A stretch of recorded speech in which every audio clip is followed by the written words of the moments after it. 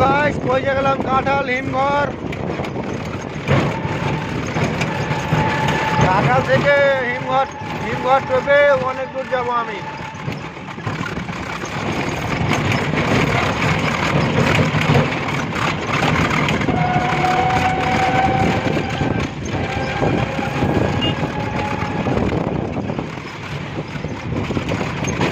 এক সময় গাছ জানেন, এক সময় আমরাও এগুলো ভুঁয়ে আলু তুলে বেড়াচ্ছি, এগুলো ভুঁয়ে আলু তুলাচ্ছি।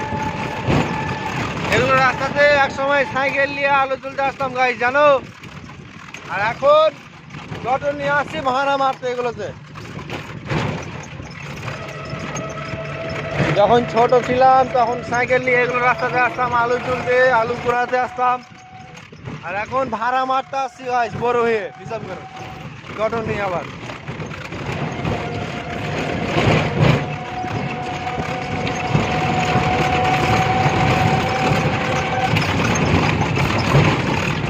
চলো ডাইরেক্ট হিমঘর যাই তোমাদের সাথে দেখা করছি। তো দেখো বন্ধুরা, এটা হলো হিমঘর।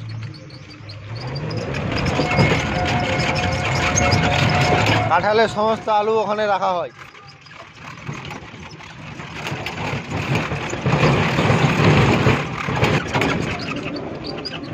এখন এমন যে ট্রেন আসবে তার জন্য রেল ফাটাক করা আছে।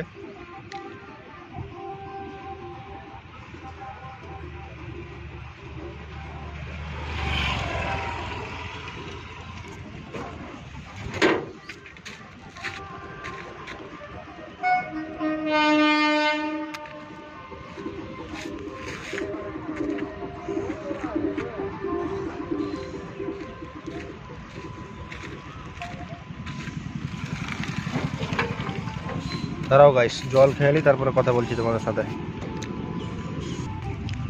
আজকে আমার নিজের খালাতো ভাইয়ের আলু আনতে আসছি।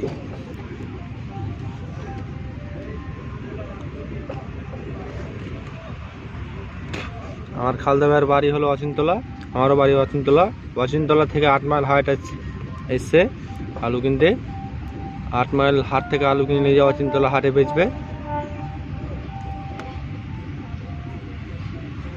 পীরগঞ্জ ঘাট টোপা আসলাম এখন এমনে গাইস, কিন্তু লোড গাড়ি নিয়ে এমন দিয়ে পাস হতে দিবে না। তার জন্য এখন যাব 8 মাইল দিয়ে লোড করব, মালদা দিয়ে ঘুরে অচিনতলা যাব। সামান্য 15 কুইন্টাল ওয়েট নিয়ে ঘাট টোপতে দিবে না।